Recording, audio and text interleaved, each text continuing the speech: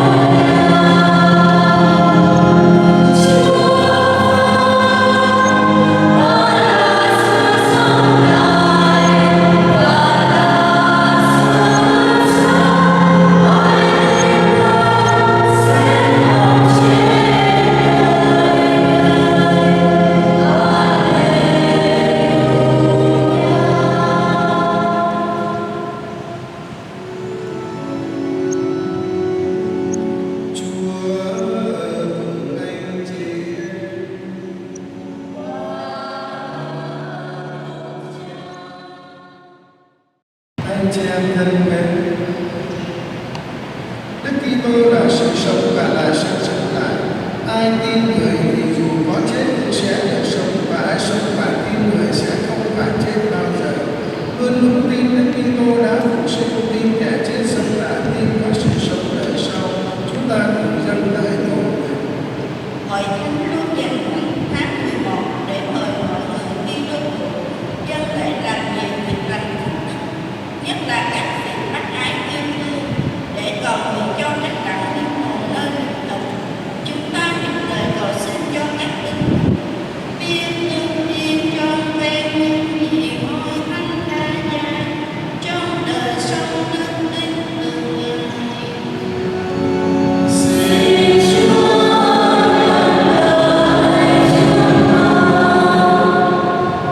Giêsu đã chịu tự hình và hai ngàn, nhưng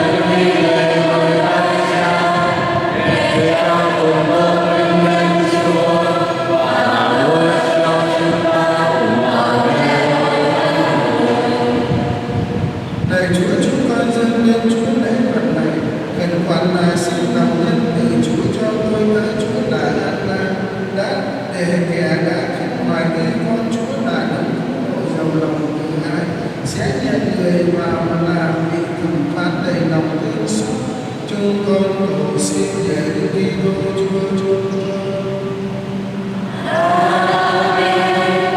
Chúa ở cùng anh chị em. Hãy nâng tâm hồn lên. Hãy tạ ơn Chúa là Thiên Chúa chúng ta. Lạy Chúa là Cha chí thánh và Thiên Chúa toàn năng hàng của chúng con, tạ ơn Chúa mọi nơi mọi lúc. Gần là chính đáng phải đạo và đem lại ơn cứu độ cho chúng con. Vì một mình người đã chịu chết để chúng con khỏi phải chết. Hơn nữa một mình người đã qua thân chịu chết để chúng con được sống tương bá cho Chúa. Vì thế hiện với cộng hòa các thiên thần, chúng con ca ngợi Chúa và ân hoan tuyên xưng rằng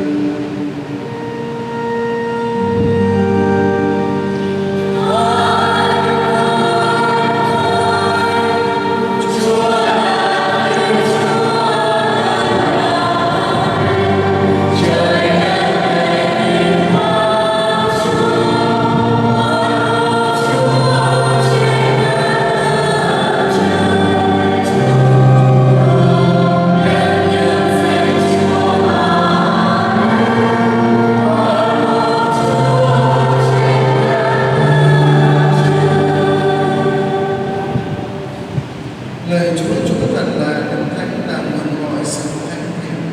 Vì thế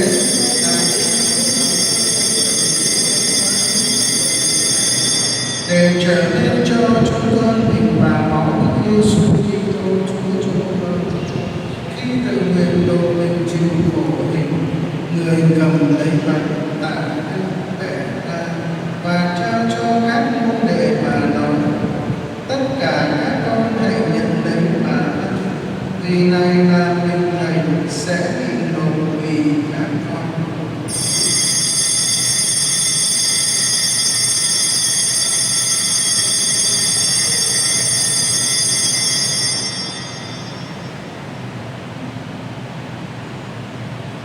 Cùng một thể thức ấy sau bữa ăn tối, người cầm lấy chén cũng tạ ơn trao cho các môn đệ mà nói: tất cả các con hãy nhận lấy mà ăn, vì này là chén máu này, máu giao ước mới và vĩnh cửu sẽ đổ ra cho các con và nhiều người được tha tội. Các con hãy làm việc này và nhớ đến này.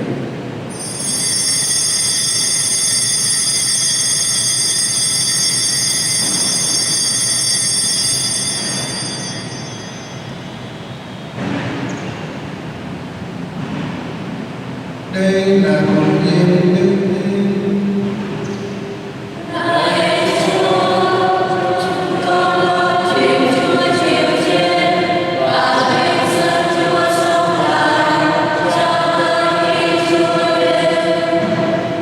Vì vậy lạy Chúa, khi vinh nhớ con Chúa chịu chết và sống lại, chúng con dâng lên Chúa bánh trường sinh và chén cứu độ để tạ ơn Chúa. Vì Chúa đã dâng cho chúng con được xứng đáng hồng ân trách tôn nhân và phụ sự Chúa. Chúng con tha thiết lại xin Chúa cho chúng con khi thông phần mình và máu Đức Kitô được quy tụ lên một nhờ Chúa bình thần. Lạy Chúa, xin nhớ đến hội thánh Chúa lan rộng các hoàn cầu, để kiện toàn hội thánh trong đức bên cùng với Đức Giáo Hoàng Leo, Đức Giáo Mục Phêrô chúng con và toàn thể hàng giáo sĩ. Xin nhớ đến tôi tớ Chúa là An mà hôm nay Cha đã gọi ra khỏi đời này về với Cha. Xin tha cho kẻ đã chết như con Cha thì cũng được sống lại như người. Xin Chúa nhớ đến anh chị em chúng con đang đăng ký trong niềm hy vọng sống lại và mọi người, đặc biệt các bậc tổ tiên ông bà cha mẹ và tất cả những của chúng con đã lưu trần trong tình thương của Chúa. Xin cho hết thảy được vào hưởng ánh sáng của nhà Chúa. Chúng con lại xin Chúa thương xót tất cả chúng con, cho chúng con đều đồng hưởng sự sống đời đời. Cùng với Đức Trinh Nữ Maria, mẹ Thiên Chúa, tất cả chúng xe và trăm năm linh trinh nữ, các thánh tông đồ và toàn thể các thánh đã sống đẹp lòng Chúa qua mọi thời đại. Và cùng với các ngài chúng con được ca ngợi và tôn vinh Chúa nhờ Giêsu Kitô con chúng con.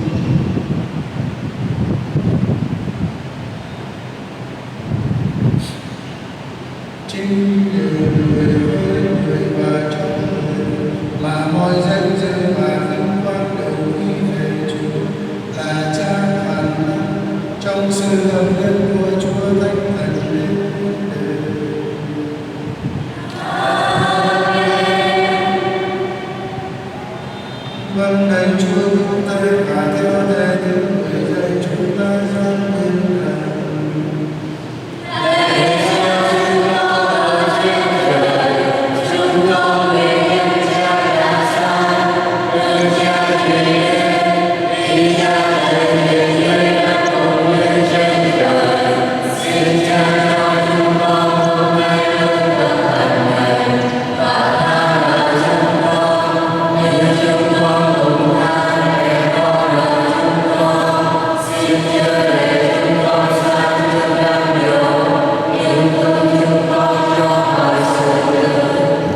Lạy Chúa xin cứu chúng con khỏi mọi sự dữ, xin nói thêm cho những ngày chúng con đang sống được bình an. Nhờ Chúa đồng lòng thương giúp chúng con sẽ luôn luôn thoát khỏi mọi lỗi và được an toàn khỏi mọi bệnh hoạn. Đang khi chúng con mong đợi niềm hy vọng hồng và ngày trở lại của Chúa Giêsu Kitô đấng cứu độ chúng con.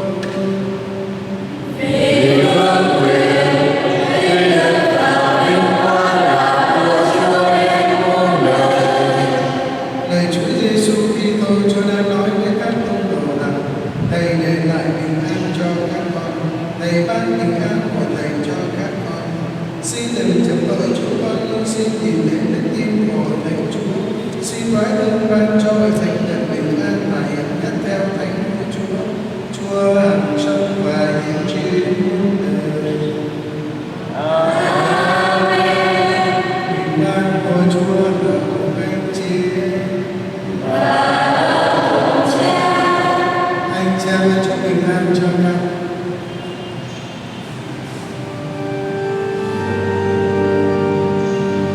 Lạy Chúa Giêsu,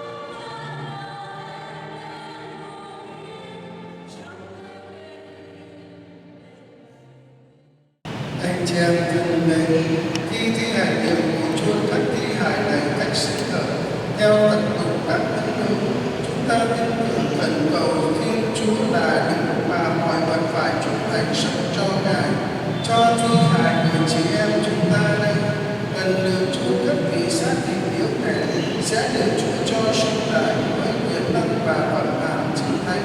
Xin cho linh hồn người chị em này được Chúa cho về hợp đoàn cùng các thánh và những người trung thành với Chúa. Nguyện xin Chúa xót thương khi xét xử, để khi đã được cứu chuộc khỏi sự chết, được giải thoát khỏi tội lỗi, được giao hòa với Chúa Cha, được vì tự nhân lành và trinh qua, người chị em này đã được hưởng niềm vui cuộc đời và chung phần hạnh phúc với các thánh trong toàn hầu vận muôn muôn đời.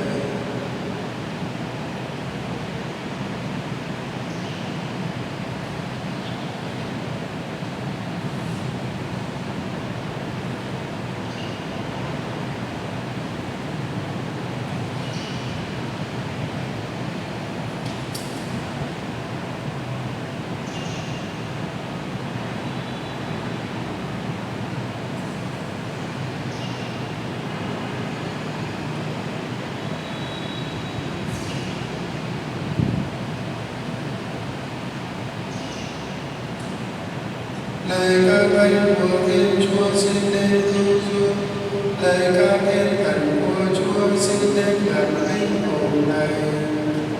Xin nhân linh hồn xin Đức Kitô Linh đã gọi bà Anna và con nhân bà Anna. Xin các thiên thần dẫn đưa bà Anna vào lòng cô phu Anna. Xin đến gặp linh hồn này. Xin cho linh hồn Anna trong công nhân đơn đôi nhau. Lạy Chúa, xin cho linh hồn này được đi yên muôn đời và cho ánh sáng ngàn thu chiếu soi trên linh hồn này. Xin cho linh hồn Anna trong công nhân đơn đôi nhau.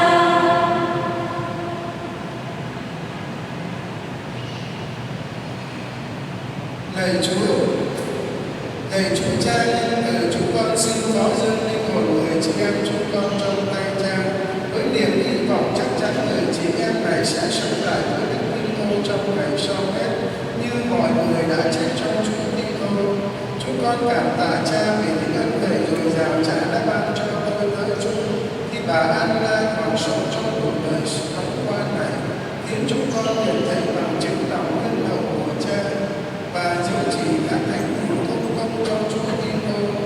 Vậy lạy Chúa, xin thương xót lắng nghe lời chúng con khẩn cầu mà mở cửa thiên đàng cho tôi với Chúa, và cũng xin cho chúng con đang còn sống để dùng lời lẽ đức tin mà an ủi nhau cho đến khi tất cả chúng con đều đoàn tụ trong Đức Kitô, và như vậy chúng con sẽ được cùng các người chị em này sống lại với Chúa. Chúng con cầu xin nhờ